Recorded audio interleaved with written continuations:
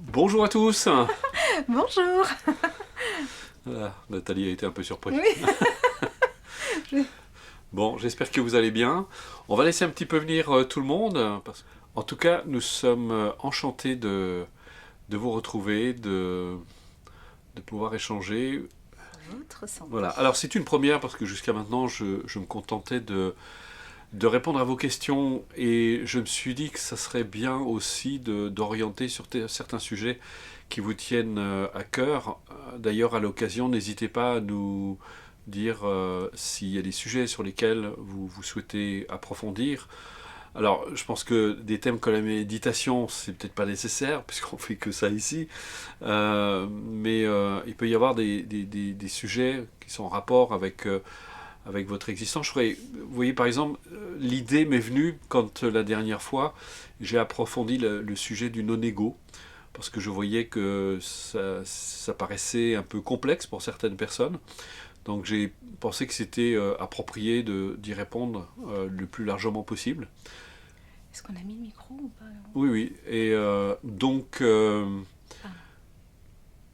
je me suis dit que ça serait une bonne chose, effectivement, de traiter un seul sujet à la fois. Et vous pourrez me poser les questions ensuite. Donc, au niveau du son, tout ça, est-ce que c'est bon? Tout va bien? D'accord. Bien.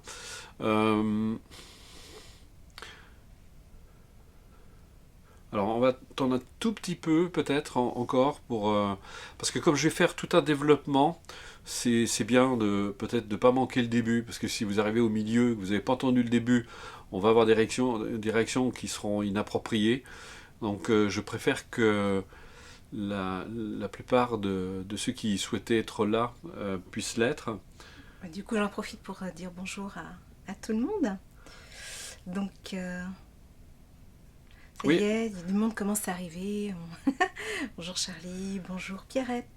voilà, vous savez d'ailleurs que Nathalie a un programme, le programme Douceur, qui pour l'instant est destiné uniquement Coucou aux Carole. femmes. Et on a d'ailleurs des retours tout à fait excellents. Donc c'est en tout cas, j'invite, hein, c'est vraiment quelque chose qui a l'air particulièrement profitable Très, oui. au vu des retours qu'on a aujourd'hui par rapport à ce programme. Euh, Qui est en lien aussi un petit peu avec la santé, hein, tout à oui, fait. tout à fait, Santé des femmes. tout à fait. Donc voilà. Bon, on va peut-être commencer. La santé, d'abord, c'est un sujet vaste. Ce que je voudrais surtout partager avec vous, c'est à la fois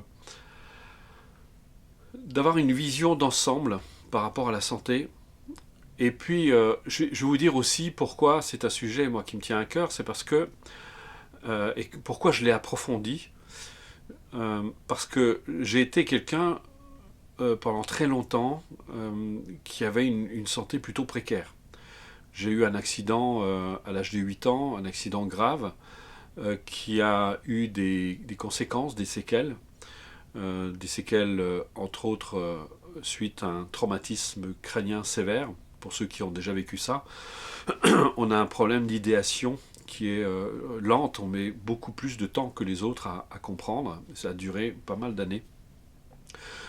Et en même temps, j'ai souffert d'insomnie, j'ai souffert de toutes sortes de désordres, certains d'ailleurs relativement graves. Et donc à un moment, on s'intéresse et on s'interroge justement sur les véritables causes de ce genre de problème. Donc très jeune, en fait, la question de la santé m'a interpellé. Je me souviens, j'habitais encore chez mes parents, que je faisais moi-même ma propre nourriture, je m'intéressais à la cuisine saine, et bon, ça a beaucoup évolué entre-temps. Et j'ai fait beaucoup de recherches personnelles. J'ai suivi une formation en médecine chinoise, c'est quelque chose que je connais assez bien, non pas de manière pratique parce que je suis jamais devenu praticien, c'était pas mon objectif de devenir praticien, je le faisais plus à la fois par intérêt personnel et puis il y a un intérêt aussi, on va dire, d'ordre philosophique dans le domaine de la médecine chinoise et je vais vous dire pourquoi. J'ai fait pas mal de formations sur les plantes aussi. J'ai fait plusieurs formations dans le domaine de la supplémentation aussi, parce que c'est un sujet qui m'intéresse beaucoup. Donc j'ai creusé la question, et puis je fréquente depuis toujours des médecins chinois, j'ai fréquenté des médecins tibétains aussi, donc j'ai essayé de regarder très largement, j'ai fréquenté beaucoup de médecins anthroposophes aussi, donc j'ai essayé de m'ouvrir à tous ces courants, toutes ces démarches, toutes ces approches, pour essayer de comprendre ce qu'était véritablement la santé. Et là, vous voyez, la dernière fois, j'ai abordé le sujet, j'ai approfondi le sujet de non-ego, et ça va rejoindre ce que je vais vous dire aujourd'hui, parce que c'est très important, et c'est très important que vous le compreniez, que vous compreniez l'essence de ce que je vais vous transmettre aujourd'hui. Vous l'avez compris la dernière fois, quand j'ai abordé le sujet du non-ego, c'est que tous les phénomènes, quels qu'ils soient, vous pouvez prendre n'importe quoi, que ce soit un phénomène visible, invisible. Quand je parle d'un phénomène, c'est tout ce qui existe, en réalité. C'est tout ce qui se manifeste en apparence. Ces phénomènes, en fait, résultent tous d'un ensemble de causes et de conditions. Donc ça, vous le savez, parce que j'en parle beaucoup, et c'est quelque chose qui est très important. Mais c'est vraiment important de l'avoir à la conscience. Je vais reprendre l'exemple du nuage, que je prends souvent, parce qu'il est très significatif, et vous allez essayer de le transposer ça aussi à la santé. Vous regardez un nuage, on se dit il y a un nuage. En fait, un nuage, il n'existe pas. Je veux dire, par là, ça ne veut pas dire qu'il n'y a pas de nuage. Mais il n'a pas d'identité solide, immuable. C'est-à-dire que si vous cherchez un nuage, vous allez dans le nuage, vous allez avoir grand peine à trouver un nuage. Et si vous creusez encore plus, vous allez au niveau de l'atome, au niveau de la structure moléculaire, etc., vous allez avoir beaucoup de peine à trouver un nuage. Qu'est-ce que ça veut dire? C'est que ce nuage, en fait, c'est une manifestation. C'est la manifestation d'un grand nombre de causes et de conditions qui se sont réunies, de circonstances, etc., qui les ont précédées et qui produisent ce phénomène nuage qui, lui, va changer, se transformer à la faveur du changement, des modifications de ces causes et de ces conditions. Et c'est pour ça que les bouddhistes disent, en fait, c'est que même les causes elles-mêmes, qui sont les différentes causes et conditions qui sont à l'origine de ce nuage, par exemple, elles-mêmes résultent d'un grand nombre de causes et de conditions. C'est pour ça que les bouddhistes disent qu'il n'y a ni début ni fin. C'est que la vie est une continuité permanente de changements qui se produisent constamment en permanence. Et c'est important d'avoir cette perception, de se rendre compte que ce que nous croyons voir, ce que parfois nous attribuons une réalité immuable, solide à ce que nous percevons, mais en réalité c'est faux. C'est une illusion des sens, et une illusion due à notre mental qui a tendance à étiqueter, à catégoriser, à enfermer dans des concepts. Et nous-mêmes, on s'enferme dans des concepts. Vous le voyez bien, puisque quand quelqu'un dit « je suis timide », il se colle une étiquette et il s'enferme, en fait, dans cette identité qui n'est pas une identité en réalité. C'est juste un concept. Parce que si on commence à creuser la question, on va voir qu'on n'est pas tout le temps timide, et on va voir que c'est ce qu'on appelle la timidité. En fait, c'est on ressent certaines sensations, certaines émotions dans certaines circonstances, mais que tout ça, ça peut évoluer et que c'est pas figé. Mais nous, on se fige dedans, de manière illusoire. Et ça, c'est important de comprendre cette notion, parce que vous allez voir à quel point, dans tout notre système de santé, on est complètement à côté de la plaque.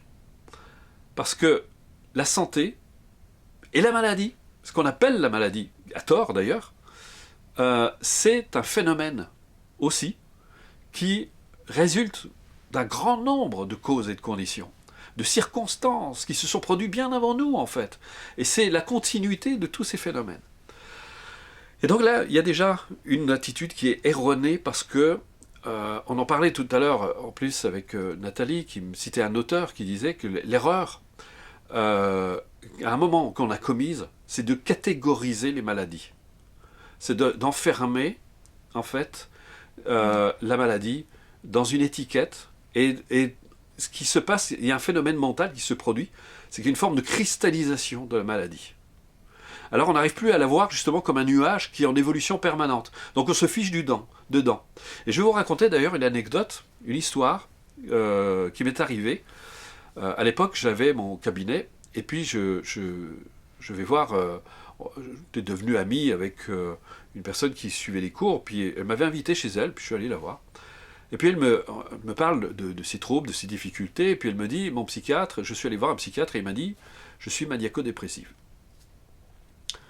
Et je lui réponds, non, tu n'es pas maniaco-dépressif. Elle me dit, comment ça? Bah si, le psychiatre, il l'a dit.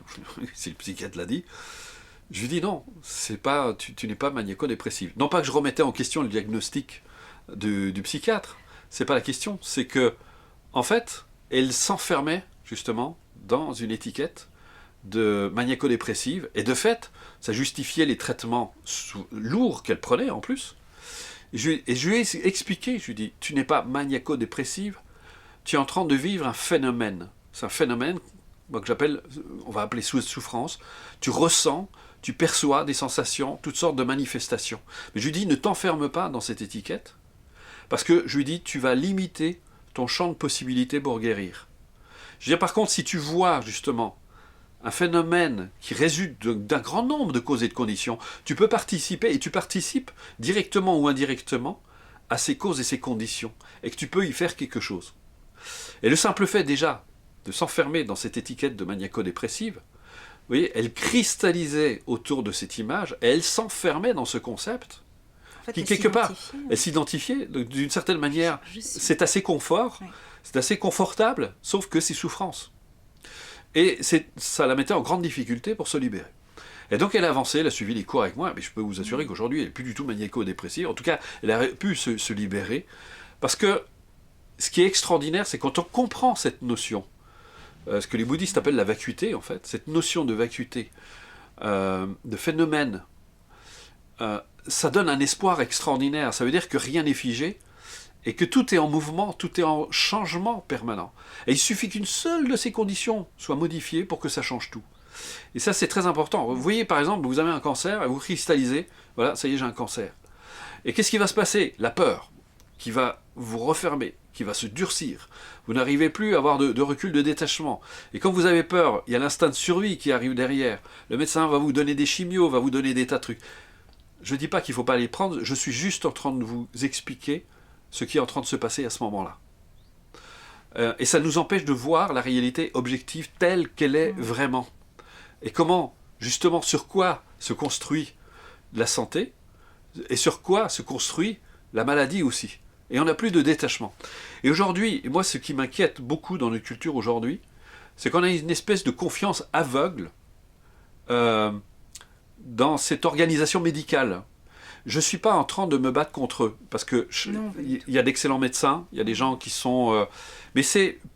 Là, ce que je remets en question, c'est plus la position qu'on a adoptée au long des siècles qui ont évolué, dans lesquels on a évolué. En fait, c'est un inconscient collectif, c'est une démarche collective qui s'est petit à petit installée dans notre système. Nathalie aura l'occasion de vous en parler, parce qu'on va vous parler aussi d'un livre qui est assez extraordinaire, d'un médecin qui s'appelle Storr. Dieter Storr. Voilà, oui. On aura l'occasion, on va revenir dessus, on va vous en parler, parce qu'il a une approche extraordinaire, moi que j'aime beaucoup.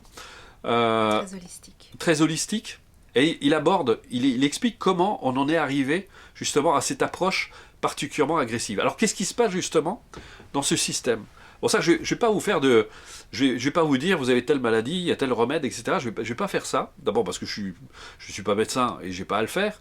Mais c'est surtout, ce qui est important, c'est que vous ayez cette compréhension. Aujourd'hui, qu'est-ce qui se passe? C'est justement comme on voit la maladie comme, comment dire, une source de souffrance, et surtout, on voit ça comme quelque chose dont il faut absolument se débarrasser, qui est dangereux, qui nous met en danger. Donc qu'est-ce qui se passe dans notre système? C'est que on va s'attaquer à la maladie.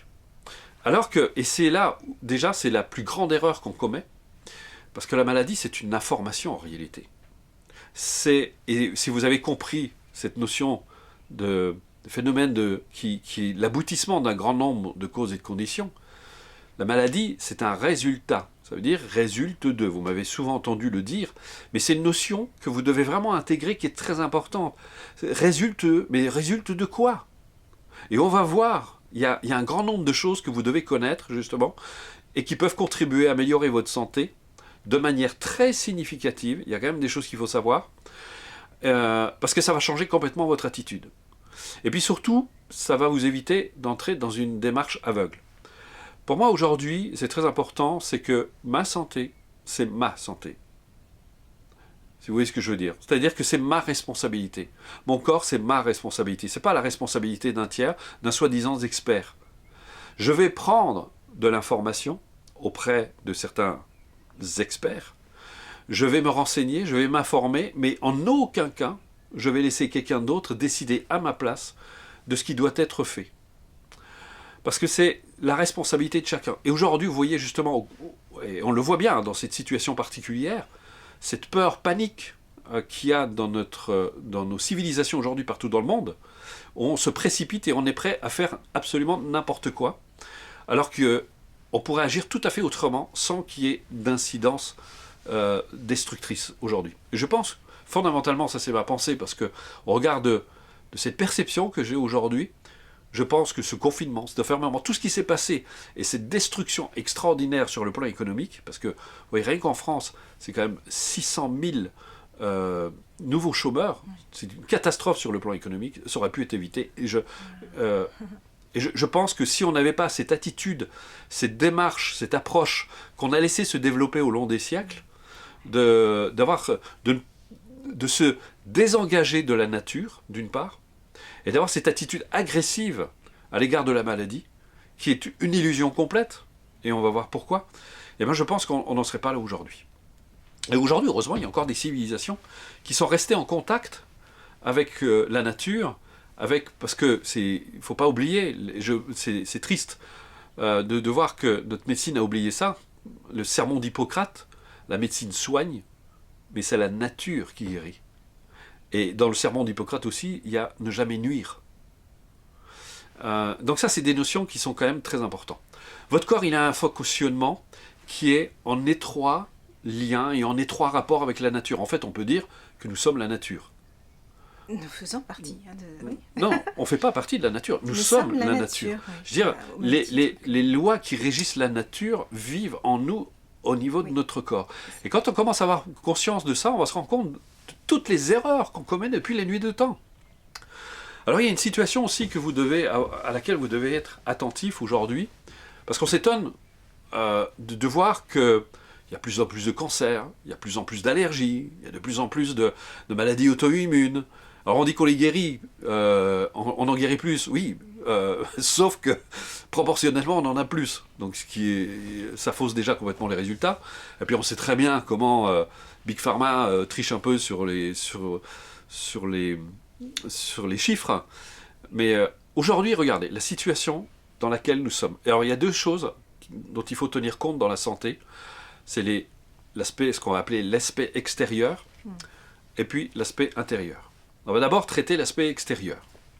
Aujourd'hui, notre situation, si on fait un bilan de notre situation actuelle, on peut voir que notre corps subit des agressions invraisemblables, à tel point qu'un auteur disait que si on mettait quelqu'un qui a vécu il y a 150 ans aujourd'hui, il mourrait immédiatement.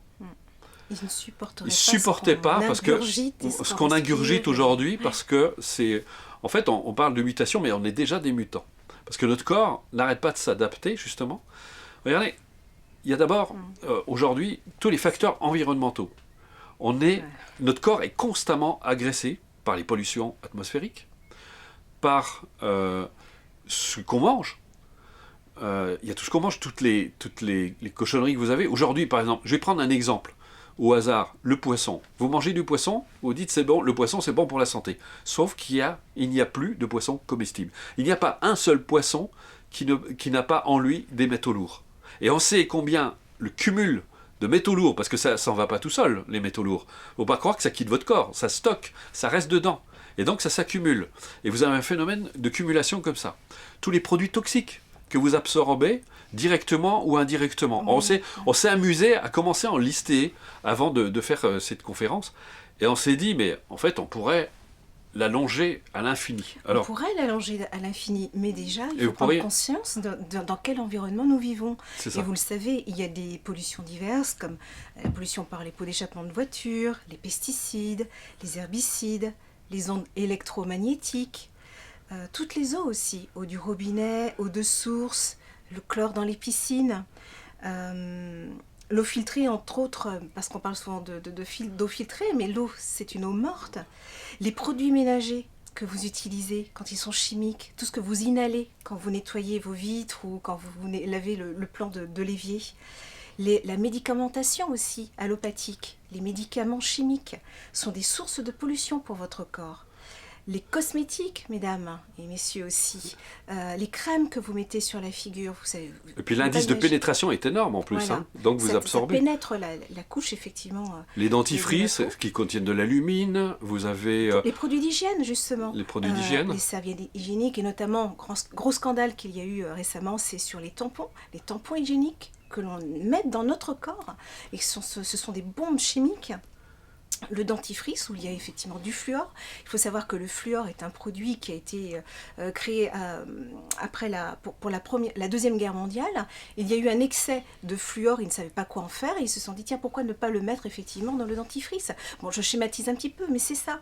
Donc, les produits, le plastique, hein, et puis aussi voilà. L'utilisation du micro-ondes. Donc, on pourrait multiplier ça à l'infini parce qu'il y a tellement de sources aujourd'hui. On vit, je pense que ce qui est important, c'est d'avoir conscience dans quel environnement nous vivons tous. Alors vous dites, je suis à la campagne, je suis pernier. Non, la pollution atmosphérique, elle ne s'arrête pas, il n'y a pas de frontières. Et même parfois, vous pensez, parce que nous, c'est pareil, on a de l'eau de source. Sauf qu'elle passe par un système de filtration, elle passe par les tuyaux, elle arrive complètement déstructurée. Nous, quand on est arrivé, on se disait, c'est un peu bizarre. Parce que nous disait que l'eau était bonne. Voilà, l'eau était bonne, et finalement, on était de moins en moins en forme. Et on a compris qu'effectivement, ça venait de l'eau. Mais il n'y avait rien que l'anecdote de notre chat.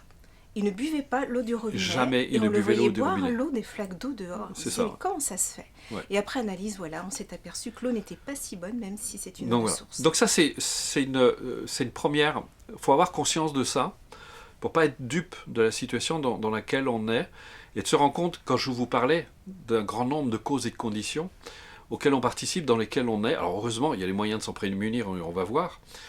Alors, on n'a pas parlé de la nourriture, ça on va en parler parce que c'est quelque chose qui est très important. Moi, j'étais très jeune, j'ai commencé à m'y intéresser parce que je m'en rendais compte à quel point ce qu'on va manger, je ne parle pas forcément du bio, parce que vous pouvez manger bio et vous intoxiquer. Par exemple, on sait, par exemple, vous pouvez prendre de la charcuterie bio, mais les viandes transformées, aujourd'hui, c'est l'OMS l'a déclaré, c'est l'OMS qui l'a déclaré lui-même, que la charcuterie était aussi cancérigène que la cigarette.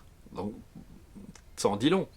Tous les conservateurs chimiques qui sont mis dans une de nos retraites, une personne disait l'alcool, ça fait pas de mal de boire un verre de temps en temps. Sauf que ce qu'on oublie, première chose, c'est que pour que votre organisme élimine un verre d'alcool, il lui faut 36 heures. Mais c'est pas que ça, c'est que dans l'alcool aujourd'hui, et notamment dans les vins, la plupart des vins, les vins, ce sont de véritables bombes chimiques. Parce qu'il faut savoir que le raisin est un des fruits qui absorbe le plus, en fait, les produits chimiques. Alors on disait, à un moment, on parlait, c'est là où il y a des choses quand même qui sont assez erronées, qu'il faut avoir le courage de remettre en question. On disait, mais un verre de vin, c'est bon pour le cœur.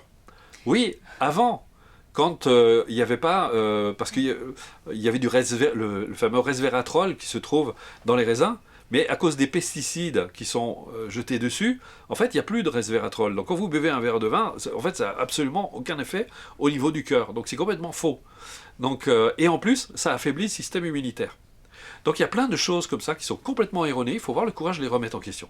Alors que dire, évidemment, si vous fumez, si vous êtes dans un environnement de fumeurs, si vous avez tout ça, fait que c'est autant de facteurs qui se multiplient et qui s'ajoutent justement à votre mauvais état de santé. Pourvu, en plus, que vous mangiez n'importe comment, donc là, vous ne vous laissez plus aucune chance pour être en bonne santé. Donc il y a un questionnement à se faire sur notre mode de vie et sur notre mode d'hygiène de vie. Oui. Alors pourquoi, il y a des personnes qui m'ont demandé pourquoi moi j'ai adopté le régime végétalien. C'est pas seulement par altruisme, parce que j'en parle beaucoup pour les animaux, c'était la première motivation, parce que quand j'ai vu tous ces animaux souffrir dans des conditions absolument abjectes, là je me suis dit c'est plus possible, parce que je vivais dans une espèce d'incohérence entre le fait d'aspirer au bonheur et de participer directement ou indirectement à la souffrance animale. Je me suis dit, je ne suis plus en accord avec moi-même. Donc je me suis dit, ça peut pas, je peux pas d'un côté parler d'altruisme, de compassion, d'amour pour tous les êtres, et participer directement ou indirectement à la souffrance animale ou humaine, enfin peu importe quelle que soit la forme de souffrance. Donc pour moi, il n'était plus question. Mais en même temps, on ne peut pas faire n'importe quoi. Parce que, évidemment, on parle, il y a des carences qui sont possibles, mais aujourd'hui, les végétaliens, on a une connaissance aujourd'hui de plus en plus pointue sur la diététique. Et en fait, je suis en bien meilleure santé que je ne l'ai jamais été depuis que je suis végétalien. Il y a certaines connaissances à avoir, il y a des précautions à prendre. Il faut savoir, et le docteur Jérôme Bernard Pellet, qui est notre conseiller scientifique dans Planète Altruiste, vous le dira, c'est que le régime végétalien, on ne devrait pas parler de régime végétalien, mais plutôt de mode alimentaire végétalien, en fait, est anti-inflammatoire. Parce que, à la différence du régime carné, qui lui est acidifiant. Et c'est là aussi, c'est une connaissance qu'il faut avoir, certains d'entre vous, vous le savez très bien, on parle de l'équilibre acido-basique, on sait très bien que sur un terrain acide, le terrain acide est plus facilement la proie de toutes les maladies, les germes, etc. Alors que sur un terrain basique, au contraire, la maladie a beaucoup plus de mal à se développer. Quand on parlait effectivement tout à l'heure de sources extérieures, d'agression pour le corps, l'alimentation donc en fait partie, Brunet vient d'expliquer, mais prenez par exemple, moi j'ai appris cela, prenez un code blanc. Tout ce qui est blanc en alimentation, c'est-à-dire farine raffinée, sucre raffiné, donc traité chimiquement, le pain blanc avec des farines blanches, c'est très mauvais pour la santé. Les produits laitiers sont blancs aussi, donc essayez en termes de pistes comme ça d'éviter tout ce qui est blanc. Et notamment concernant le pain blanc et la farine raffinée, parce qu'on parle souvent des allergies et notamment celles au gluten. Oui, le problème de gluten, en fait, est un faux problème. En fait, il a été induit justement par ces mauvais pains qu'on a mangés, ces pains qui sont raffinés. Ça fait comme, professeur Joyeux en parle très bien, ça fait comme une espèce de pâte qui se colle sur les intestins. Moi, si je vais dans une boulangerie, je ne vais pas nommer le nom. Non, oui, vous savez, ces chaînes là. Mais moi, je l'ai fait une fois, mais je me suis tapé un mal de ventre épouvantable. Parce que bon, j'étais pressé, je me suis dit, je vais acheter vite fait le pain à cet endroit. Et je me suis dit, mais j'ai payé la note, je me suis dit, c'est bon, j'ai compris, je n'y toucherai plus. Mais on ne se rend pas compte ce qu'on avale en permanence. C'est des choses. Il y a un moment, plus vous avez conscience, plus vous vous dites, mais on se suicide à petit feu avec tout ce qu'on avale. Vous voyez, c'est un ensemble, c'est vraiment tout un ensemble de circonstances, de causes et de conditions auxquelles on participe, mais pour lesquelles on peut faire quelque chose. On peut vraiment changer ça. Notamment le gluten, en fait, c'est un problème d'intestin. Et on a aujourd'hui des intestins qui sont poreux, des intestins qui sont vraiment en très mauvais état. Et on nous écrit, j'ai des diarrhées, j'ai mal au ventre, etc. Tous ces maux de ventre et ces inconforts que vous rencontrez, on s'y habitue en fait, en plus de ça, à ces inconforts. L'idée, c'est d'en prendre conscience et de se dire, qu'est-ce que je peux faire ? Beaucoup se disent, alors quand on fait des stages, effectivement, moi je reçois beaucoup de messages, je suis intolérant au gluten, donc moi je fais attention effectivement à choyer nos clients, enfin nos participants qui sont malades et qui ont des allergies. Mais c'est dommage de se priver alors qu'on peut faire quelque chose, c'est-à-dire de soigner ses intestins. Il y a des choses qui existent qu'on peut faire et on va voir comment. Donc il faut que vous ayez conscience de tout ça. Ensuite, quand on parle, alors il y a l'alimentation, et sur le plan, quand on devient végétalien, en fait, on devient beaucoup plus vigilant sur ce qu'on mange parce qu'il y a un équilibre à respecter, on sait très bien, vous avez entendu parler des protéines, c'est important d'avoir des protéines complètes, mais aujourd'hui, c'est pareil, il commence à y avoir de plus en plus d'alternatives, on va vous en parler, il y a tout récemment, nous on a découvert des gens qui produisaient des protéines végétales. C'est assez impressionnant parce qu'on a la qualité nutritive de la viande sans les inconvénients. C'est même beaucoup mieux, puisqu'il faut savoir, par exemple, je vais prendre juste un exemple comme ça, complètement au pif, mais comment on appelle ça, les haricots rouges contiennent 10 fois plus de calcium que la viande. pour vous donner juste cet exemple. Et on pourrait multiplier, je ne vais pas m'arrêter là-dessus parce que ce serait sans fin, on pourrait citer comme ça plein de choses, mais c'est juste pour vous citer les croyances et les erreurs dans lesquelles on est enfermé. Bon, au début, quand j'ai commencé à devenir végétalien, ça fait maintenant 15 ans, évidemment, j'avais peur des carences, je me suis dit ce qui va m'arriver, mais voilà, il faut juste s'informer. Et une fois qu'on est bien informé, en fait, on n'a même plus envie de revenir en arrière. Parce qu'il y a une période, évidemment, le corps, comme il est un petit peu habitué à la viande, on a un petit peu de mal, on peut avoir des tentations de revenir en arrière. Mais aujourd'hui, pour rien au monde, j'éprouve même plutôt de l'écœurement à l'idée de manger de la viande, parce que pour moi, c'est comme, je ne sais plus qui disait, on mange des cadavres d'animaux, et c'est la vérité. Donc voilà. Donc j'ai fait ce choix parce que, pour ces raisons, à la fois altruistes, au niveau de la santé, et puis surtout, ça a un impact sur le plan écologique qui est assez considérable.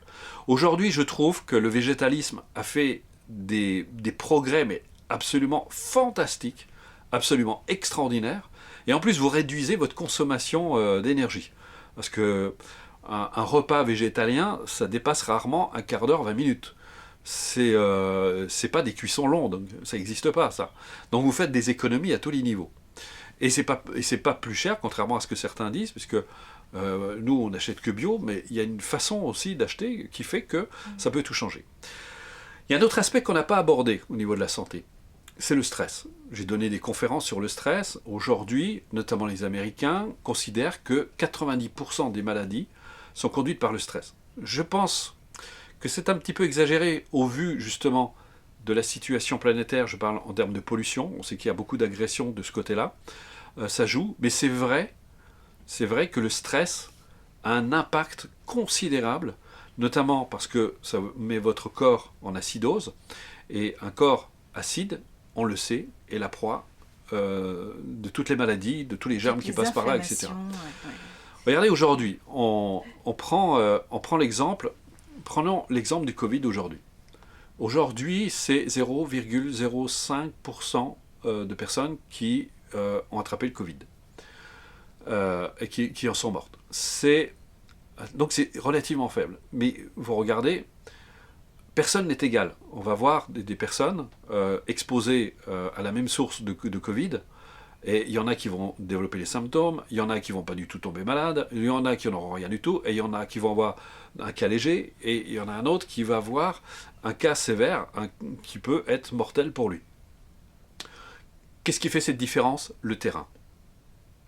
Personne n'a le même terrain. Alors, le terrain, il varie avec l'âge, il varie en fonction justement de ce que vous mangez, de vos défenses immunitaires, de votre mode de vie et du stress. On sait que le stress affaiblit justement le système immunitaire. Donc, vous voyez, c'est encore un facteur supplémentaire. Le facteur émotionnel aussi, puisqu'on sait très bien qu'une personne qui manque d'estime d'elle-même, qui manque de confiance en elle, va avoir des stress beaucoup plus importants dans certaines circonstances.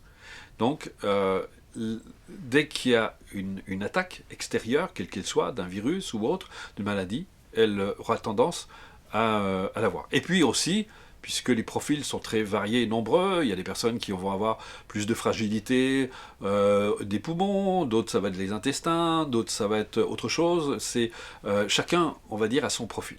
Donc voilà. Donc c'était pour essayer de vous faire prendre conscience de la situation d'ensemble. C'est que quelle que soit la maladie, les difficultés de santé que vous avez, elles résultent toujours d'un grand nombre de causes et conditions. Mais heureusement pour nous, on peut changer ces causes et ces conditions. On peut les améliorer. Justement par un changement d'hygiène de vie, par la façon de s'alimenter, on vient de le voir, c'est très important. Là, il y aurait beaucoup à dire, mais il faudra que je refasse une conférence sur l'hygiène, sur la façon de se nourrir. On va vous donner des liens, de toute façon, pour vous aider. Et il y a un point, et ça va être, on va dire, le clou, mais je vais vous partager comment nous on fait de notre côté. Après, à vous de vous en inspirer ou pas. La première chose, c'est que, comme vous le savez, parce qu'il y a des personnes qui m'ont demandé, est-ce qu'on peut guérir avec la méditation? Non, on ne peut pas guérir avec la méditation, parce que si vous méditez et que vous picolez, vous fumez comme un pompier, et que vous mangez n'importe quoi, et que vous êtes tout le temps sous stress, la méditation, elle fait ce qu'elle peut, mais il ne faut pas exagérer quand même. Donc, la méditation va amener de la conscience dans votre vie, et peut-être que justement, j'espère que cette conscience va vous amener à réaliser que vous vivez n'importe comment et que vous faites n'importe quoi. C'est très désagréable sur le moment parce que, comme disait Jung, il n'y a pas de prise de conscience sans souffrance. Donc c'est vrai que c'est très désagréable sur le moment, mais au moins vous voyez et vous vous dites, bon là il faut que je commence à changer des choses. Ça me rappelle...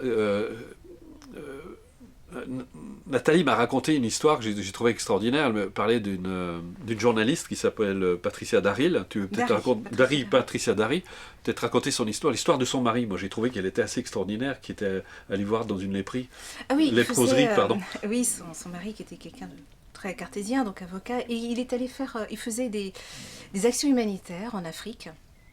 Et un jour, il distribuait des vêtements, des fournitures scolaires et des soins. Et un jour, il va visiter une léproserie pour distribuer justement des soins. Et il rentre dans une petite casbah. Et là, il voit un monsieur qui est lépreux, mais très avancé. Il n'avait plus de bras, plus de jambes.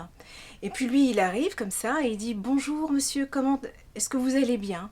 Et là, il s'est repris en se disant « Oh, zut, je lui pose cette question-là alors qu'il a plus de jambes, plus de bras et qu'il a la lèpre. » Et ce lépreux lui a répondu avec un grand sourire, il dit « Bonjour monsieur, oui, je vais très bien. » Et puis il a vu le malaise en fait de cet avocat, en fait, de cet humanitaire, et il lui a dit « Mais vous n'avez pas l'air d'être bien. » Et ce monsieur lépreux lui a dit « Mais vous savez, moi, dans ma vie, j'aime ma vie, je suis bien dans ma vie, malgré la maladie, ce que je traverse. » Et ça a été une prise de conscience très importante, apparemment, pour ce monsieur lorsqu'il est revenu en France, parce qu'il avait des fonctions, et il s'est rendu compte que sa vie était vraiment très compliquée, alors que ce monsieur qui avait la lèpre, finalement, était heureux. Voilà. Donc, vous voyez, c'est un état d'esprit, et juste avant de faire cette conférence, on échangeait aussi avec Loïc, qui est derrière l'écran, et on parlait de ce luxe dans lequel nous vivons, nous, aujourd'hui. Vous allez me dire, on n'a pas d'argent, on prend juste ce dont on a besoin pour vivre, donc c'est pas le luxe en termes de richesse, c'est le luxe de pouvoir travailler, enfin, j'aime pas le mot travail d'ailleurs, d'avoir une activité, de faire cette activité à son rythme. Autrement dit, c'est le luxe d'avoir créé la vie à laquelle on aspirait, qu'on a voulu se donner.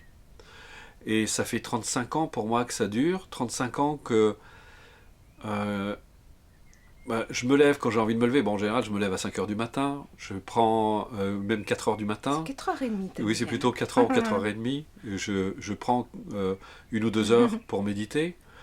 Je prends le temps de répondre aux mails aussi, de me consacrer à mes activités, de faire, juste avant de venir donner cette conférence, j'étais dans mon jardin en train de semer des haricots, et puis maintenant je viens donner cette conférence. Et vous voyez, pour moi, c'est ça le luxe. C'est pas d'avoir beaucoup d'argent, parce que ce que je disais à lui, que je lui dis demain, quelqu'un va me donner une grosse somme d'argent, mais je crois que je ne saurais même pas quoi en faire. je ne saurais même pas quoi faire de cet argent, parce que je n'en ai pas besoin. Je n'en ai pas besoin. Parce que, et ce qui est extraordinaire, c'est qu'aujourd'hui, l'être humain s'est créé tellement de besoins. On s'est créé tellement de besoins. Et on a oublié de vivre. Et on est dans... Les bouddhistes appellent ça les fantômes assoiffés. Vous savez, c'est de courir après tous ces désirs. Je veux ça, je veux ça, je veux ça, je veux plus, je veux toujours plus. Et au final, d'ailleurs les bouddhistes ont un proverbe pour ça, ils disent « Chercher le bonheur en satisfaisant ses désirs, c'est comme essayer d'étancher sa soif en buvant de l'eau salée. On n'y arrive jamais. Et on n'a jamais la paix. » Et quand des hommes riches venaient voir Dalai Lama, il disait, vous savez, la paix, ça ne s'achète pas. On ne peut pas l'acheter.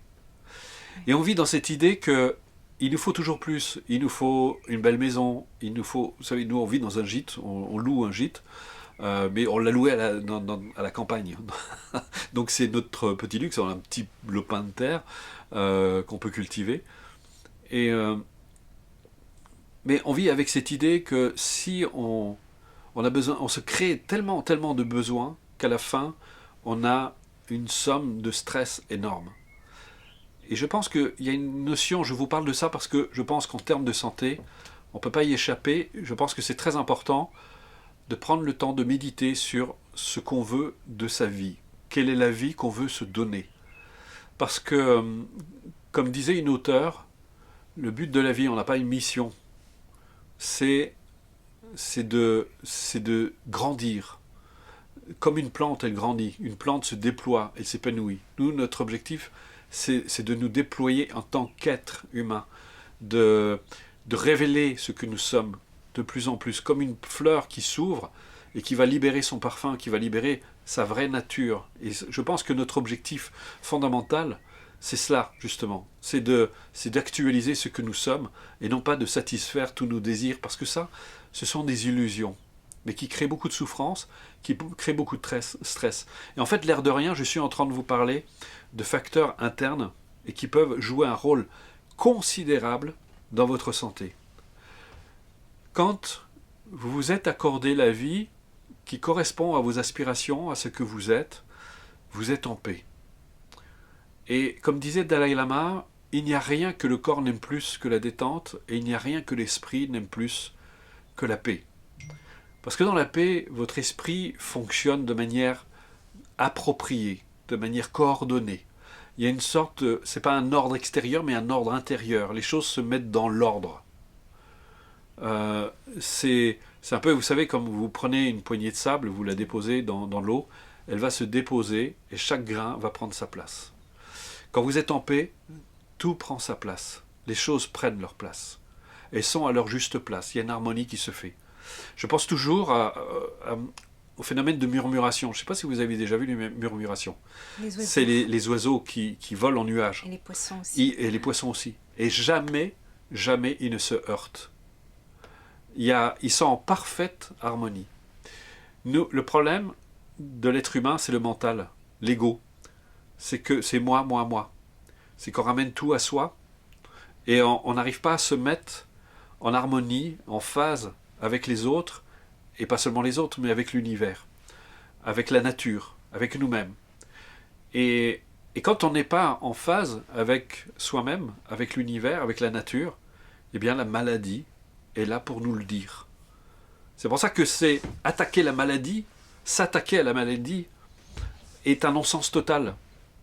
Parce qu'en fait, on se prive d'une information précieuse qui nous permettrait de nous remettre en phase avec nous-mêmes. Dès que vous êtes à nouveau en accord avec vous, les choses vont mieux. Votre santé va mieux. Vos relations avec les autres vont mieux. Et l'harmonie commence à s'installer autour de vous. Pour moi-même, je peux voir si d'aventure je peux éprouver un certain agacement, une certaine source d'énervement qui peut arriver. Aussitôt, j'essaie de retrouver cette tranquillité d'esprit et les choses se remettent dans l'ordre. Et curieusement, il y a moins de contraintes, il y a moins d'obstacles, etc. Il faut avoir conscience que les obstacles sont en nous. Et il y a un aspect qu'on n'a pas traité encore et qui me paraît très important, c'est justement votre rapport à la santé, à la maladie et à votre corps. Comment vous le considérez, comment vous le regardez. Parce que souvent on entend les gens dire « mon corps me fait souffrir ». Votre corps ne vous fait pas souffrir, votre corps vous informe. Mais parfois il est obligé, c'est comme on dit, il emploie la manière douce, il vous donne des informations que vous ne percevez pas, que vous ne voyez pas. Par exemple, justement, on parlait de l'alcool. L'alcool, c'est aussi un moyen de masquer ce qu'on ressent. Pourquoi on boit souvent de l'alcool? C'est pour masquer ses émotions et masquer les souffrances qu'on peut ressentir. Ne plus rien ressentir. Ne plus rien ressentir, en fait, on s'anesthésie. Oui. Alors, le problème, c'est qu'on se prive d'une information qui pourrait nous aider. Et comme notre corps nous informe, par exemple, justement, vous voyez, c'est toute l'absurdité de notre culture, c'est quand vous êtes fatigué, vous vous dites, non, il faut que je reste debout, il faut que je continue, j'ai plein de choses à faire, parce que vous êtes prisonnier du sens du devoir. Il faut que je fasse, il faut. Souvent, les gens, ils sont dans le falloir. Et je pense que dans notre culture, on a un gros problème avec le plaisir. On n'arrive pas à se faire plaisir. Les gens ne savent pas faire plaisir, et je le vois à chaque fois que j'anime des retraites, chaque fois que j'anime des stages, la difficulté qu'ont les gens de recevoir ne serait-ce que de l'affection, de la tendresse, de l'amour. Tous se disent « Ah, pour donner, il n'y a pas de problème, mais pour recevoir », donc on voit à quel point les gens ont du mal de se donner de belles choses dans la vie. Et ça, c'est aussi une source de santé, mais aussi de maladie. Donc la maladie, elle vous informe, elle vous donne une information. Et c'est très important parce que c'est de se dire comment je suis arrivé à ça. Et qu'est-ce que je peux retirer de cette information pour justement, pour ne plus avoir besoin de cette information. C'est de dire, ok, j'ai compris. Et là, l'information, elle va disparaître. Je vais vous donner un exemple très personnel. Très percutant. Comme je vous l'ai dit, j'ai eu un accident grave à l'âge de 8 ans. J'ai un dos qui n'est pas en très bon état. Parce qu'à l'époque, quand j'avais 8 ans, la kinésithérapie n'existait pas. Donc il n'y a pas eu de suivi derrière. Et après, j'ai souffert pendant une bonne partie de ma vie de lombalgie et encore régulièrement. Mais ça s'améliore quand je fais de l'exercice. Et pendant un certain temps, je ne faisais plus d'exercice. Et mon mal de dos commençait à s'amplifier, et puis je commençais à me dire, bon, j'en ai assez, donc je suis allé voir un ostéopathe, je suis allé me corrige et tout, mais ça ne change rien. Si les muscles s'atrophient, quand vous êtes beaucoup assis, et c'est une tendance qu'on peut avoir.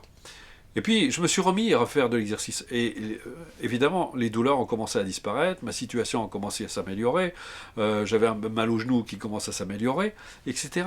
Et en fait, merci la souffrance de m'avoir informé que j'avais arrêté, que j'étais en train de m'ankyloser. Vous voyez, c'est intéressant. Je m'ankylosais, et aujourd'hui, mon corps va beaucoup, beaucoup mieux. Vous voyez, c'est important. Votre corps vous donne une information. Alors parfois, je sais, il y a des maladies, on ne comprend pas. Mais déjà, enlevez le mot maladie. Ou alors, vous le prenez dans le sens, le mal vous a dit quelque chose. On dit bien, la maladie se déclare. C'est ça, la maladie se déclare. C'est une déclaration. C'est une information. Donc la maladie vous donne une information. Et donc, à partir de là, il y a quelque chose à faire. Je vais vous raconter une histoire. Il y a Jean-Baptiste, qui fait partie de l'équipe maintenant, dont je savais, sa mère avait une sclérose en plaques. Cécile, coucou. Cécile, qui est certainement là, et qui apprend qu'elle a un cancer, et que son cancer était en train de se développer, et puis qui se disait d'ailleurs, je veux plus faire de chimio parce que j'ai pas envie de finir mes jours dans la souffrance, et son médecin qui lui dit, puisque vous voulez pas prendre la chimio, il faut vous inscrire à un truc de soins palliatifs. Et puis Jean-Baptiste me dit ça. On a pris contact, on a discuté avec sa mère. Je lui dis, attends, il y a des choses à faire. Je veux dire, on va pas te laisser comme ça. Je veux dire, c'est pas une fatalité. Je veux dire, voilà. Et si on change, si on comprend qu'on peut y faire quelque chose, notamment on peut agir sur le terrain sur lequel se développe la maladie, on peut faire en sorte, vous voyez, l'état d'esprit c'est important, on peut faire en sorte justement que la maladie ne puisse plus se développer. Et là, Cécile m'apprend que ça y est, le cancer a commencé à ralentir. Il y a un ralentissement. Donc on peut faire, ça veut dire qu'on peut faire, et c'est qu'un début. On va continuer maintenant. C'est de se faire en sorte qu'on arrive, parce qu'il y a dans toutes les maladies, il y a des facteurs. Il y a le terrain. Quand je parle du terrain, il y a aussi les facteurs émotionnels. Il y a toutes sortes de facteurs qui jouent un rôle important et sur lesquels on peut agir.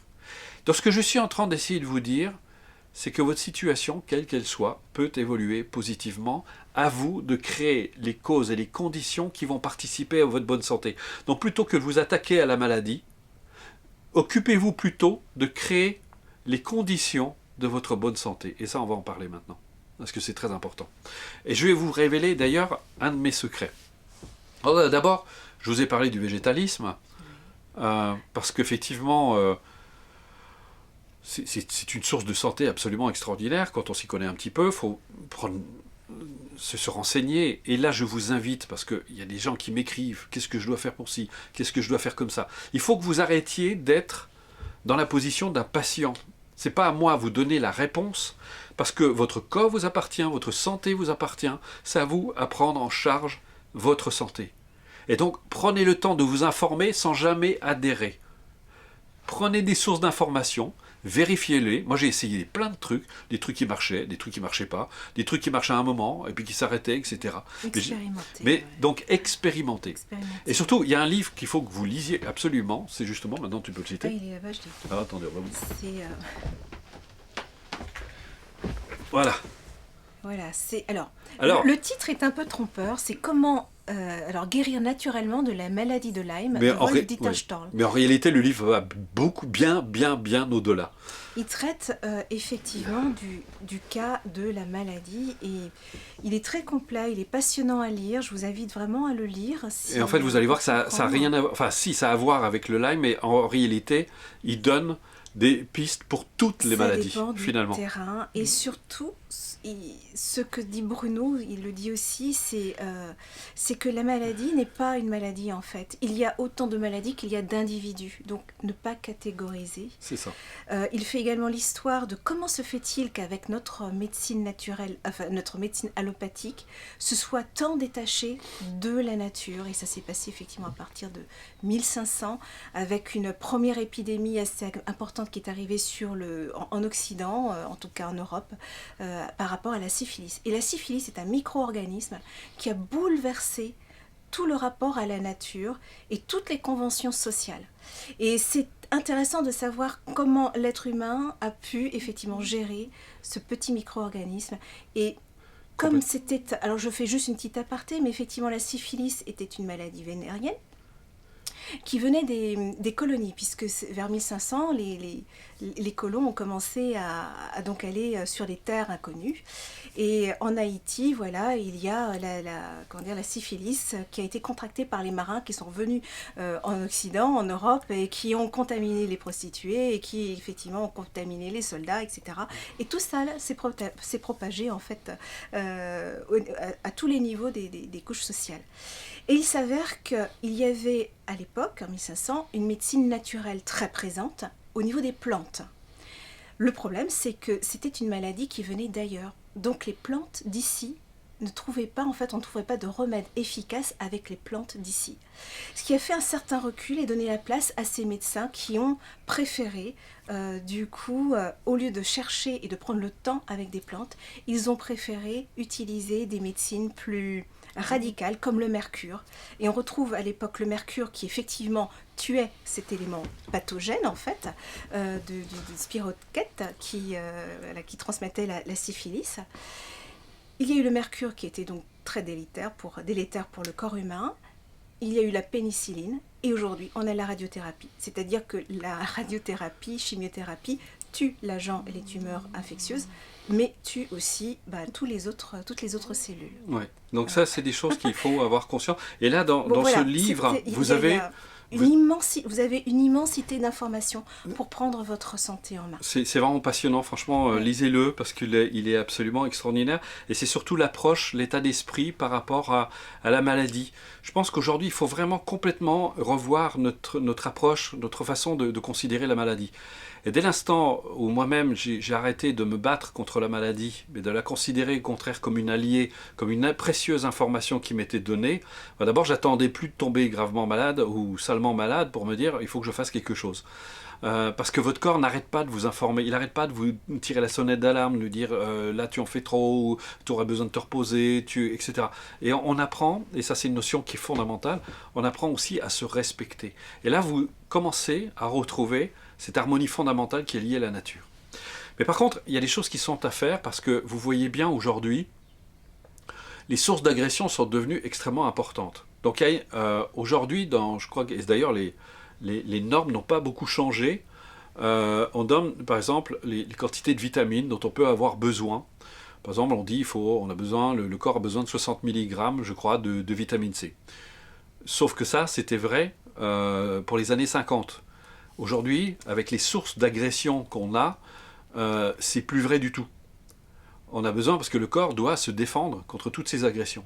Aujourd'hui, on a un système immunitaire qui s'affaiblit. C'est pour ça qu'il y a une explosion des cancers, il y a une explosion des allergies, de toutes sortes de maladies auto-immunes, comme je le disais au départ. Donc c'est très important aussi, et c'est pour ça que moi-même, je me supplémente. Vous voyez, par exemple, on a donné... y a des choses à faire. Par exemple, aujourd'hui, il y a le Covid. Nous, on a dit aux gens, écoutez, il y a des choses que vous pouvez faire. C'est de renforcer votre système immunitaire. On sait, par exemple, aujourd'hui, que l'association de D3, de vitamine C, de glycinate de magnésium et de zinc booste votre système immunitaire. Et on a eu énormément de gens, quand on leur a dit ça, ils l'ont fait, ils l'ont appliqué. On a même l'exemple d'une personne qui travaillait en milieu médical. Il a dit ses collègues tombaient malades, tout le monde tombait malade autour d'elle. Elle a strictement rien eu. Elle est juste tombée malade quand elle a dû faire le vaccin, parce que comme elle fait partie du corps médical, le Covid, vous voyez, c'est quand même fantastique. Donc, on a en nous.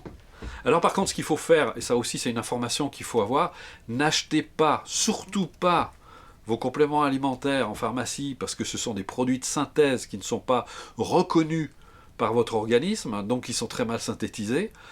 C'est pour ça que vous aurez une efficacité très relative et en plus vous allez intoxiquer votre corps. Ne les achetez pas non plus au magasin diététique parce qu'ils sont sous-dosés, vous payez ça très cher, donc il faut aller, on va vous donner des adresses si vous le voulez, vous pouvez en prendre d'autres, mais allez, il y a des sites spécialisés pour ça. Moi il y en a un que j'apprécie aujourd'hui parce qu'il a beaucoup évolué, Nathalie va vous donner le lien. Ils ont même banni toute substance animale, ils s'étaient engagés à le faire dans leurs produits, donc je trouve ça chouette. Et donc Nathalie va vous mettre dans le chat le lien, à vous d'aller là ou ailleurs, hein, vous choisissez comme vous avez envie. Et puis il y a une chose dont on n'a pas parlé, c'est la médicamentation aujourd'hui. Aujourd'hui, le problème de la médicamentation, c'est que justement c'est de la chimie qui n'est pas reconnue par le corps et qui finit par intoxiquer. Aujourd'hui, on parle des maladies iatrogènes qui sont induites justement par la prise de médicaments, chimiques, et c'est extraordinaire le nombre de personnes qui sont intoxiquées. Donc votre corps s'intoxique non seulement par la pollution, mais par aussi tous les médicaments. Je ne veux pas dire qu'il ne faut pas en prendre, parce qu'il y a des situations qui le nécessitent, donc je ne remets pas ça du tout en question, mais c'est très important que vous puissiez aussi nettoyer régulièrement votre corps, et là la supplémentation peut énormément vous aider. Donc là n'hésitez pas à prendre conseil, parce que l'avantage aussi de ce site, c'est que vous pouvez contacter leurs conseillers, leur demander conseil, etc. et ils vous aident. Mais vous pouvez aussi fouiller sur le site, il y a plein d'articles, c'est très complet, c'est très bien fait, inscrivez-vous à leur newsletter, moi je trouve qu'elle est vraiment pas mal. Il y a beaucoup de choses comme ça. On pourra vous donner comme ça quelques adresses, parce qu'on a fouillé, hein. on en a testé, il y en a pas mal. Nous sommes des chercheurs. Et je pense qu'il y a un moment, on commence à trouver quelques bonnes adresses. On vous donnera, là vous pouvez le taper directement dans les moteurs de recherche, si vous voulez orienter vers le végétalisme, c'est les nouveaux fermiers. Ils ont fait un truc, mais absolument extraordinaire. Ils produisent une alimentation végétalienne, mais qui est très proche de la viande au niveau gustatif, mais nettement supérieure en termes de diététique, de qualité nutritive.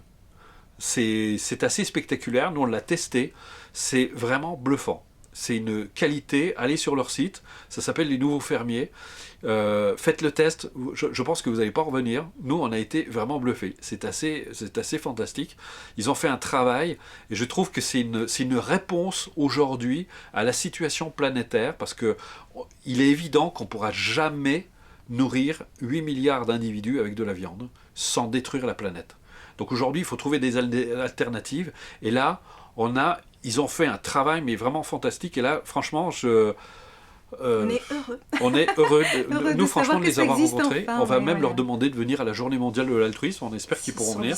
Parce que là, ils font un travail absolument fantastique. Parce que jusqu'à aujourd'hui, à très grande échelle, les substituts de viande étaient pauvres, notamment sur le plan nutritif. C'était pas terrible.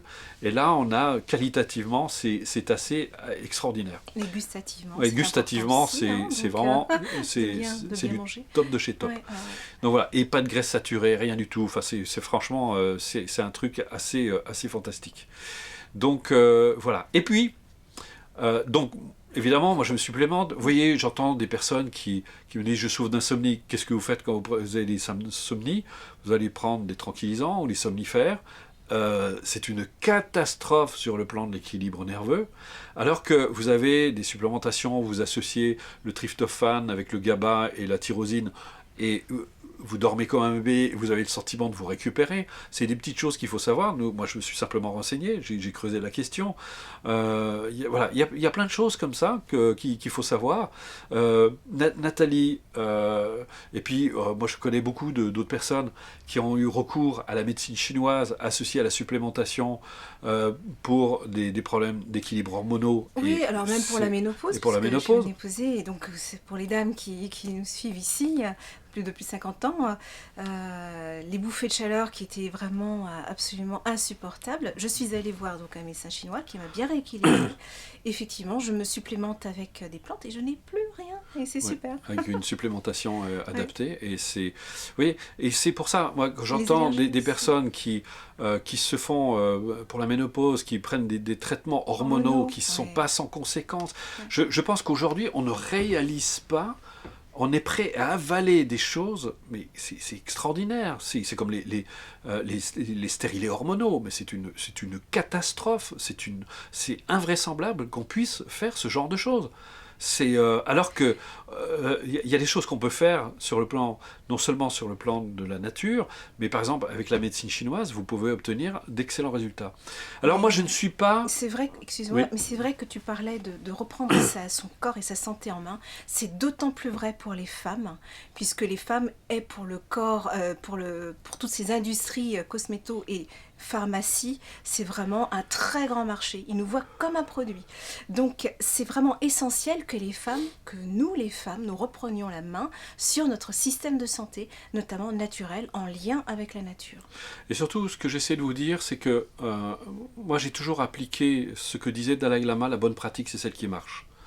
Et je pense que c'est à vous de chercher, de tester, d'expérimenter, de regarder un peu. Il y a des choses qui vont marcher pour vous, qui ne marcheront pas pour d'autres. C'est à vous de trouver, j'ai presque envie de dire, votre plante ou vos plantes, de trouver vos compléments alimentaires, de trouver votre médecine. Il y en a qui vont recourir à la médecine ayurvédique, il y en a qui vont recourir à la médecine tibétaine ou à la médecine chinoise, etc. Il y a plein de façons de faire.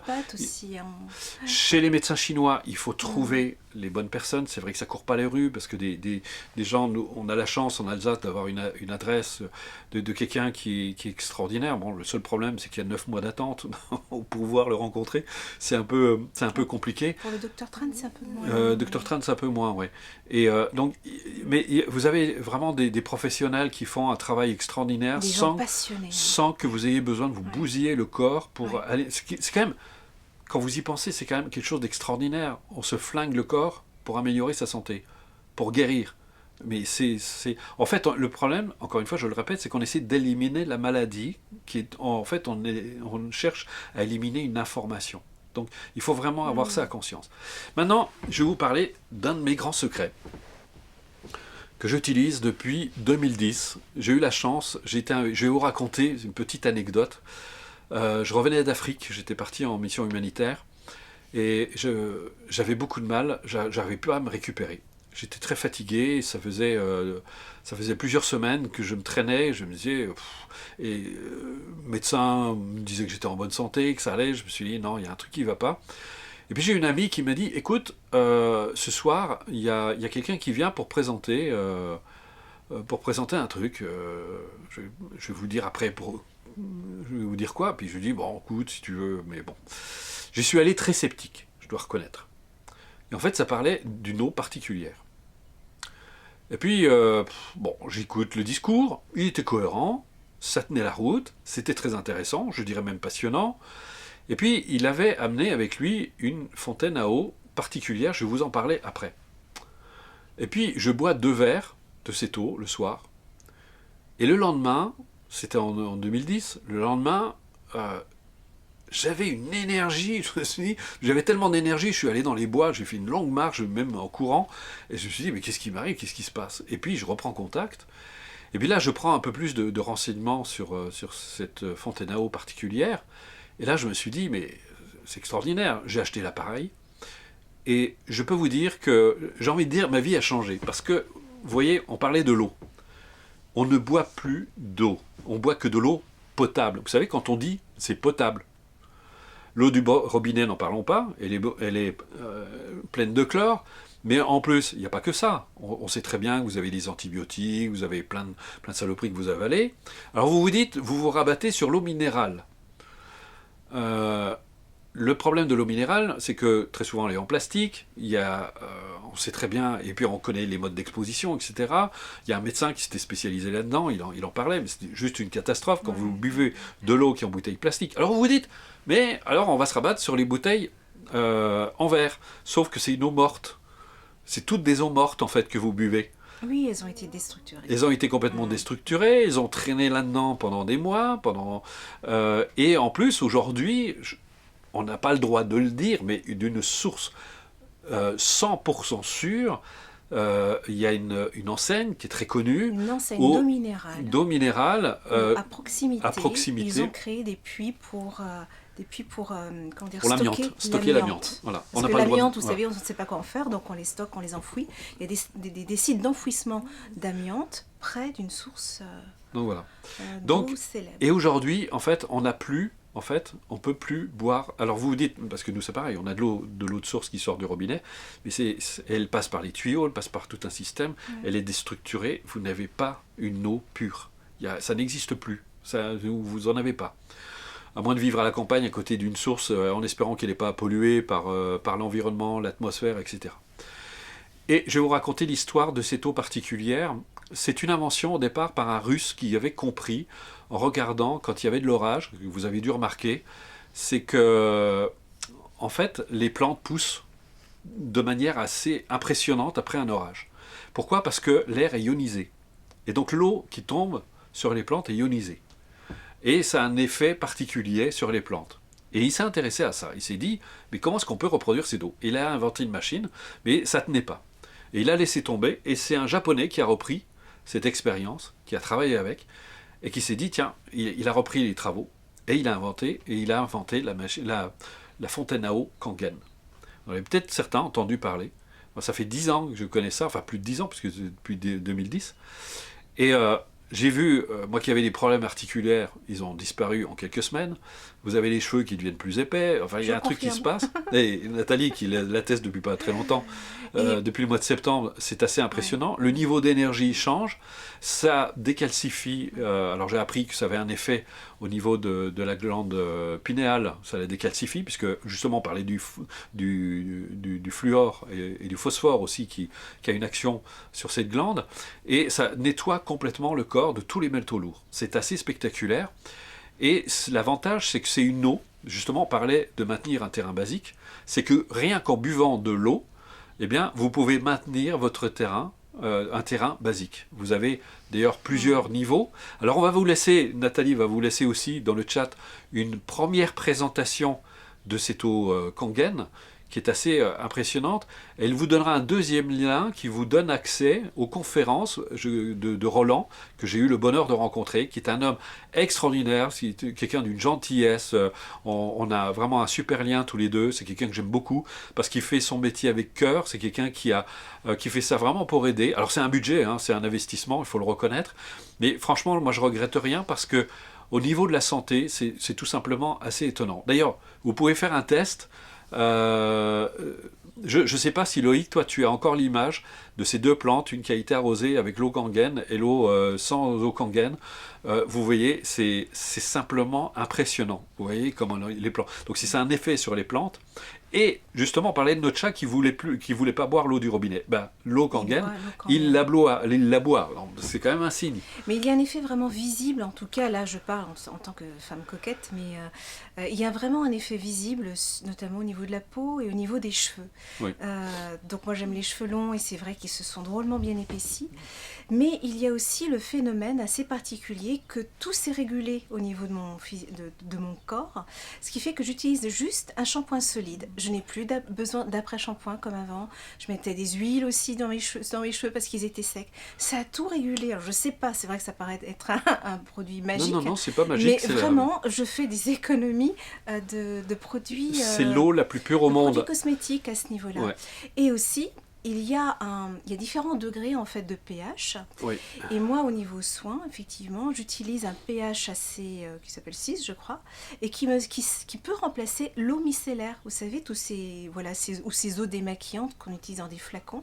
Donc je fais du bien à la planète parce que je n'utilise plus de flacons plastiques, et ça fait du bien à ma peau. Donc voilà, pour vous démaquiller, une huile de jojoba, une belle huile, et puis cette eau Kangen, et c'est vraiment parfait. Alors, à propos de cette eau, quelques informations en vrac. Elle est 10 fois plus antioxydante que la vitamine C. Elle élimine tous les métaux lourds, donc vous nettoyez complètement votre corps. En 3 mois, vous avez les intestins de bébé. Ça a des effets assez spectaculaires. Et justement, c'est un des secrets, puisque Cécile, dont je vous parlais tout à l'heure, qui avait un cancer, on s'est cotisé pour lui acheter une machine pour qu'elle puisse justement... avoir cette eau à la maison, et sa situation, effectivement, le cancer a ralenti. Donc on voit qu'il y a déjà un effet. Alors ça ne règle pas tout, mais c'est une base assez considérable justement pour votre état de santé. Et moi, franchement, je vous invite à aller voir les conférences de Roland, parce qu'il en fait une tous les mardis soirs à 20h. Ouais. C'est quelque chose d'extraordinaire. Ouais, c'est un investissement que je ne regrette pas. C'est vrai que c'est assez coûteux, mais c'est un investissement. En plus, déjà, vous n'utilisez plus, il n'y a plus de bouteilles en plastique. Au niveau de la santé, c'est extraordinaire. On ne vous a pas tout cité. Roland le fait beaucoup mieux. Moi, je ne vais pas aller sur son terrain. Parce que... allez regarder la vidéo, le lien que je vous ai mis. Vous pouvez voir la démonstration qu'il fait. C'est assez spectaculaire. Et on parlait tout à l'heure d'éviter tout ce qui est raffiné, éviter surtout le sucre. Et vous verrez ce que vous buvez dans les sodas. Évitez les sodas. Alors ça fait juste peur. Je suis un petit peu impérative, mais c'est vrai que ça fait très peur. Et vous verrez dans la démonstration qu'il fait que d'éviter le soda, ça vous rendez service. Voilà. Donc là, maintenant, on vous propose, on va répondre à quelques questions. Pas trop quand même, parce que je pense qu'on a été déjà relativement complet. Après, encore une fois, c'est à vous de voir. Hein. Je voyais une personne qui parlait de la médecine chinoise, mais comment dire, il n'y a pas de règles. C'est pas, comment dire, il n'y a que vous qui puissiez savoir ce qui peut être vraiment bon pour vous, et regardez-le au niveau du résultat. Ça, c'est quand même très important. Moi, je suis quelqu'un de pragmatique. Je me fiche, si je rencontre un thérapeute qui va m'aider. Moi, ce que j'aime, alors si je parle de la médecine chinoise, c'est parce que je la connais bien, parce que j'ai une formation, parce que je l'ai testée personnellement, et je sais comment ça fonctionne, je sais comment agit le thérapeute, et il y a un vrai travail de fond, et c'est ça que j'aime. Mais ce qu'il faut savoir aussi, c'est que lui, il va recréer un équilibre, mais c'est à vous ensuite à maintenir cet équilibre. Parce que si vous perturbez cet équilibre justement par des facteurs émotionnels, par du stress, par de la malbouffe, par toutes sortes de choses, lui, vous allez le voir, chaque fois il va corriger le truc, mais ça suffira pas. Il faut que vous, de votre côté, vous preniez en charge votre santé, et ça c'est très important. Aujourd'hui, je regrette de voir ce rapport. On a donné tout pouvoir aux médecins, à la médecine, je dirais, c'est pas aux médecins, sans se dire je peux y faire quelque chose. Et je trouve ça, voilà, c'est presque inquiétant, je trouve, parce qu'il y a une espèce de soumission aveugle comme ça à l'égard de... La médecine et la science, hein. Voilà. C'est la nouvelle religion, comme on dit. C'est ça, exactement. Ouais. Donc quand on disait... Question. Donc, médecine chinoise, médecine ayurvédique et les naturopathes aussi. J'y tiens. Parce qu'ils font de très belles choses, hein, les naturopathes. Alors, question. Donc, quelqu'un qui pose la question pour acheter l'Onkangen. Donc, ça, je pense que tu vas la donner. Oui, on va vous la donner. Je vous donnerai les coordonnées même de Roland, si vous voulez. Puisque c'est lui qui s'en occupe. Hein. Il faut. Alors moi, ce que je vous invite à faire, parce que ça va être pour qu'on s'y retrouve, parce que sinon ça va être compliqué. Si vous êtes pressé, que vous voulez pas attendre la conférence qu'il donne mardi, envoyez-moi un mail sur l'adresse des cours. En fait, on va la gérer. Donc, vous, sur cours@ressourcesactualisation.com, si tu peux le mettre dans le chat, ou Loïc, vous pouvez le mettre dans le chat. Ouais, mais bon, c'est par là que vous recevez les cours. Vous envoyez un mail, vous mettez dans l'intitulé Kangen, comme ça on repère tout de suite, à propos de Kangen, et vous dites, voilà, je suis intéressé, est-ce que vous pouvez me mettre en contact avec Roland? Comme ça, moi, je vous mets en contact avec Roland, Et sinon, vous attendez la conférence mardi, parce que là, vous aurez, c'est mardi prochain, ça vaut le coup d'attendre, vous n'êtes pas une semaine près. Zut, je n'arrive pas à retrouver, je n'arrive pas à remonter. Je n'arrive pas à voir les questions. Quelqu'un avait posé une question par rapport à son hernie. Est-ce que tu peux les voir sur le restream? Ah, tu l'avais éteint. Non, si, tu n'auras pas celle d'avant. Zut. Bon, il y a un souci. Est-ce que, si vous avez des questions, vous pouvez les reposer? On va les reprendre au fur et à mesure.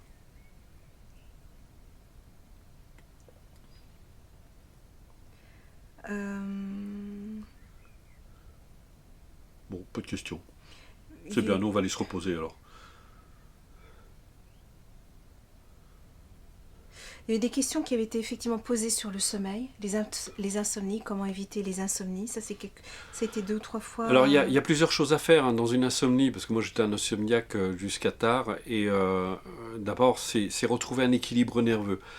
Un peu d'activité, pas trop, surtout pas de sport violent, surtout réduisez, parce que ça c'est une catastrophe, je vois des personnes qui regardent la télévision ou qui sont sur l'ordinateur tard, vous stimulez alors votre système nerveux alors qu'il doit se mettre en phase de repos, ça c'est très important. Évitez évidemment, ça c'est le truc classique qu'on vous dit, mais il est de circonstance, réduisez les stimulants, évitez le café, évitez l'été, évitez ce genre de choses. Je pense que tout ça procède. Faites un peu d'exercice parce que votre corps a besoin il a besoin de bouger. Hein. Vous dormez mal aussi parce que vous ne vous dépensez pas. Et puis vous pouvez évidemment recourir, il y a des supplémentations, je vous en ai cité. Allez voir sur le lien qu'on vous a donné. Nathalie, tu peux le redonner ou gluten, on peut l'épingler. Les allergies au gluten en fait, là, c'est pareil, c'est un changement alimentaire, c'est important.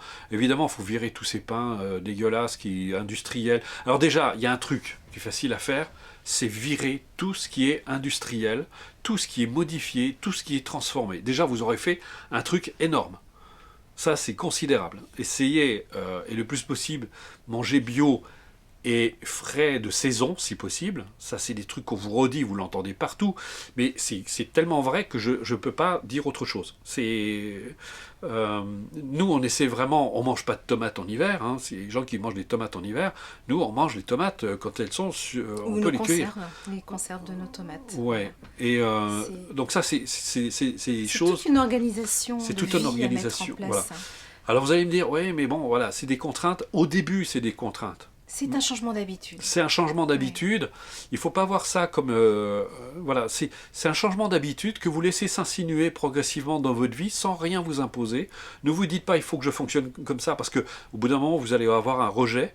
Mais invitez plutôt cette façon d'être dans votre vie. Commencez à l'inviter dans votre vie en vous disant, tiens, je vais commencer, et allez-y par petites touches, parce que ça ne se fait pas du jour au lendemain. Nous, on est complètement dedans maintenant, parce que c'est venu progressivement, on a changé plein de trucs, et vous dites, ça, je vais renoncer, et puis vous le remplacez pour autre chose. Testez, amusez-vous à tester. Sur votre corps, sur votre santé, observez-vous. Faites des expériences, surtout, et puis vous allez voir, les choses vont changer. Il y a un remède, alors pour les intestins, parce que ça, on revient souvent, il faut traiter vos intestins. Le meilleur produit que j'ai trouvé jusqu'à aujourd'hui, c'est un produit de Dr Pérez qui s'appelle Nutradigest. Ouais, non, Nutri ou Nutradigest, je ne sais plus, mais vous le trouverez. Hein. C'est du Dr Pérez. Moi, j'en ai testé, mais franchement, c'est ce que j'ai trouvé de mieux. C'est vraiment le truc, et j'en ai testé, mais vraiment un paquet. Hein. C'est vraiment... et toutes les personnes à qui je l'ai recommandé m'ont dit, c'est assez spectaculaire.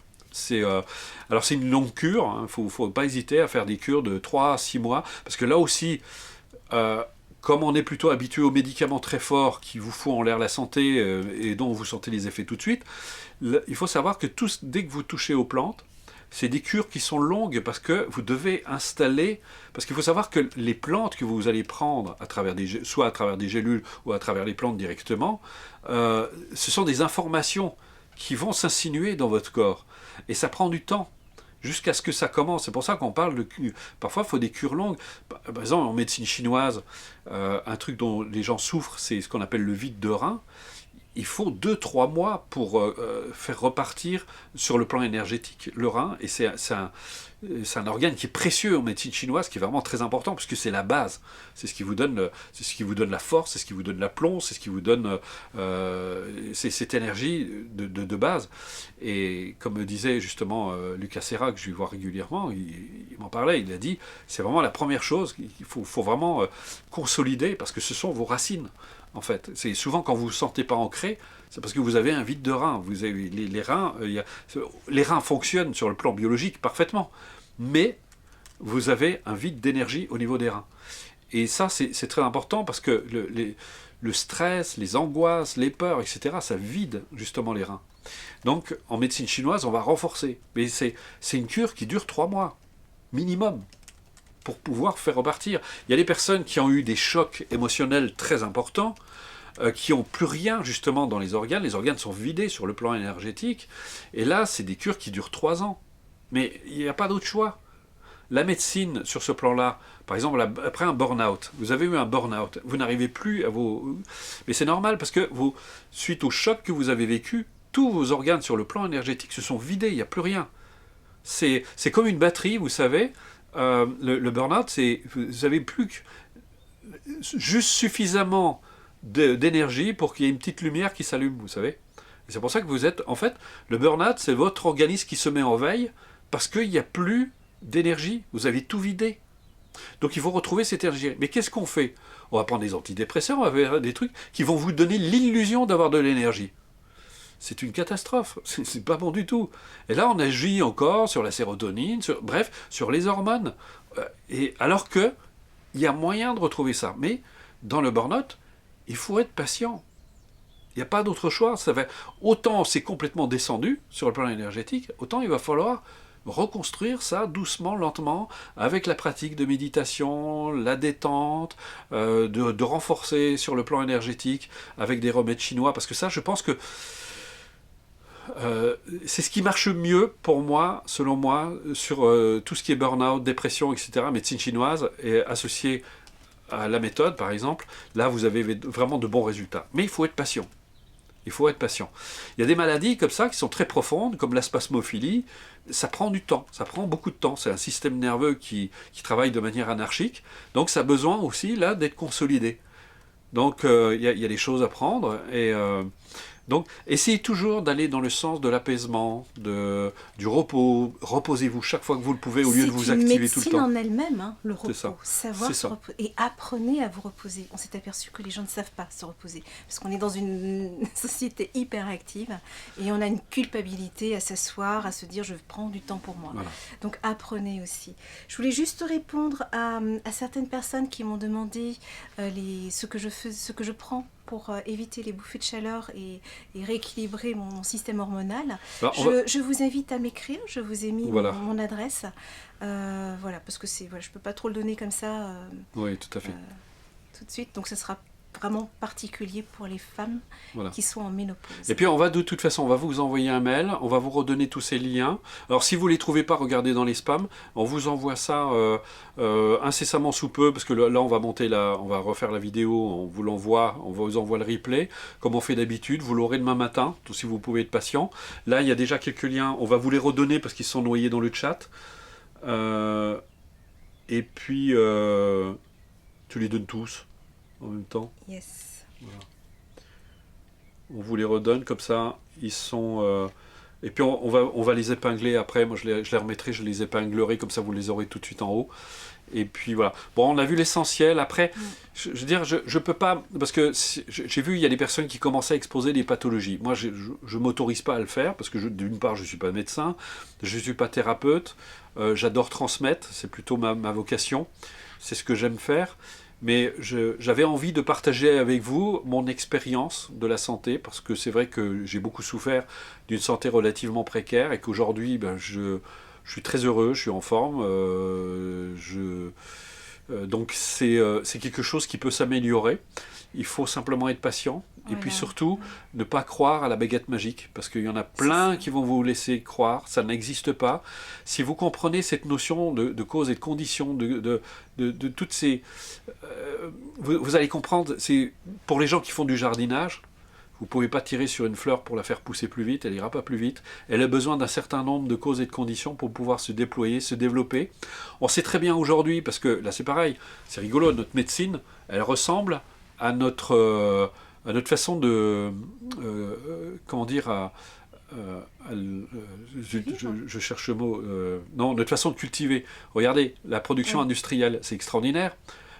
On ne s'occupe pas du terrain, on bombarde de pesticides, d'herbicides, etc. Et puis on transforme sur le plan, avec les OGM aussi, etc. Bon, on ne le fait pas trop en France, mais néanmoins, c'est une absurdité complète, puisque maintenant, dans la permaculture, on dit bien que c'est le terrain le plus important, la biodynamie dit la même chose, et regardez, quand vous avez un terrain qui est sain, ben la plante, elle se développe, elle est forte, ce qui fait qu'elle ne contracte pas de maladie. Sur le plan de la santé, c'est la même chose. Si vous avez un terrain qui est sain, un terrain qui est fort, la maladie ne peut pas se développer. C'est sur un terrain fragile. Et regardez justement le Covid. Qui meurt? Les gens les plus fragiles. Et si on ne comprend pas ça, moi c'est ce que je ne comprends pas aujourd'hui, c'est que le gouvernement, il y a peut-être une bonne raison pour laquelle il ne le fait pas, mais c'est de donner aux gens les moyens de renforcer leur système immunitaire. Et je pense que Covid, on n'entendrait déjà plus parler, mais c'est quand même extraordinaire, alors que on a caché par exemple que les médecins chinois qui étaient à l'épicentre se bourraient de vitamine C à très haute dose, de vitamine D3, etc. pour pouvoir se prémunir du Covid. Donc, je trouve dommage qu'on passe sous silence ce genre d'informations, et ça a été même décrié, puisque officiellement on a décrié la vitamine D3, alors normalement j'ai pas le droit d'en parler, mais voilà, je vous donne juste l'information, je trouve ça assez extraordinaire. Ne soyez pas imprudents, ne faites pas n'importe quoi, ne soyez pas aventureux, prenez quand même conseil, renseignez-vous, informez-vous. Je pense que la santé, ça ne se prend pas à la légère. Non, la santé, c'est vrai qu'aujourd'hui, elle est vue d'une façon technique, mais n'oubliez pas, vous êtes vous-même votre propre médecine. Mais vous avez de très très bons médecins. Ouais. Moi, j'en connais quelques-uns. Il y a vraiment d'excellents médecins, des gens qui font un travail extraordinaire. Ce sont des accompagnants. Ce sont des accompagnants. Il faut les prendre comme les accompagnements pour votre bonne santé. Qui n'ont pas oublié justement ce que disait Hippocrate, la médecine soigne, mais c'est la nature qui guérit, et ça, il ne faut pas l'oublier. C'est de retrouver justement la force de la nature en vous. Et je trouve que l'exemple de la nature, vous avez un terrain qui est sain, eh bien, vous allez avoir des plantes qui sont saines, qui sont solides, qui vont se développer dessus. Si vous comprenez ça, et c'est là où l'eau Kangen, par exemple, moi je trouve que c'est quelque chose d'extraordinaire, parce qu'on agit complètement sur le terrain. Ça ne résout pas tout, mais c'est une base qui me paraît indispensable. Donc là, vous avez quelque chose de fantastique. Donc voilà. Je pense que vous avez tout, j'espère que on vous a éclairé et tout, mais maintenant, c'est votre choix, c'est votre responsabilité. C'est pas moi, je vais jamais faire un truc. Je pense que la médecine a des choses à apporter. On en a besoin, elle est importante. Elle a besoin de se réformer. Je pense que c'est indispensable. En urgence, moi j'ai eu un accident grave en 2015. J'ai dû prendre des doses massives d'antibiotiques, sinon j'allais passer l'arme à gauche, j'avais une septicémie. Donc si je n'avais pas pris ça, je serais mort aujourd'hui. Je pense que dans l'urgence, c'était indispensable. Mais là aussi, c'est pareil, je pense que c'est important, plutôt que d'attendre d'avoir des accidents comme ça, c'est d'avoir un bon terrain. Et le terrain, avant tout, c'est votre bonne humeur, c'est votre état d'esprit.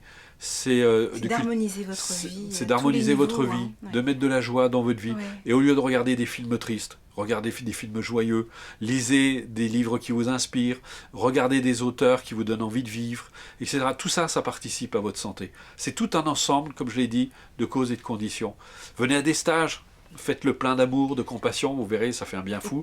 Et pour les dames, je propose aussi, je me permets d'en parler, je ne vais pas faire de la publicité, mais je me permets de parler du programme Douceur que j'ai mis en place justement, qui vous apprend à être, mesdames, votre propre médecine en vous acceptant tel que vous êtes, en vous aimant tel que vous êtes, et en comprenant votre condition de femme, et surtout en apprenant à vous reposer. On vous donnera tous ces liens. Voilà. Merci de votre écoute. On est ravis. Ça a été long, hein, d'ailleurs. On a passé une très bonne soirée avec vous. On ne pensait pas que ça allait durer aussi longtemps. J'espère qu'on ne vous a pas trop noyé d'informations. Maintenant, j'ai juste dernier mot d'ordre. Prenez votre santé en main, parce que c'est la vôtre. Exactement. Voilà. Allez, passez une bonne soirée. Belle soirée à vous.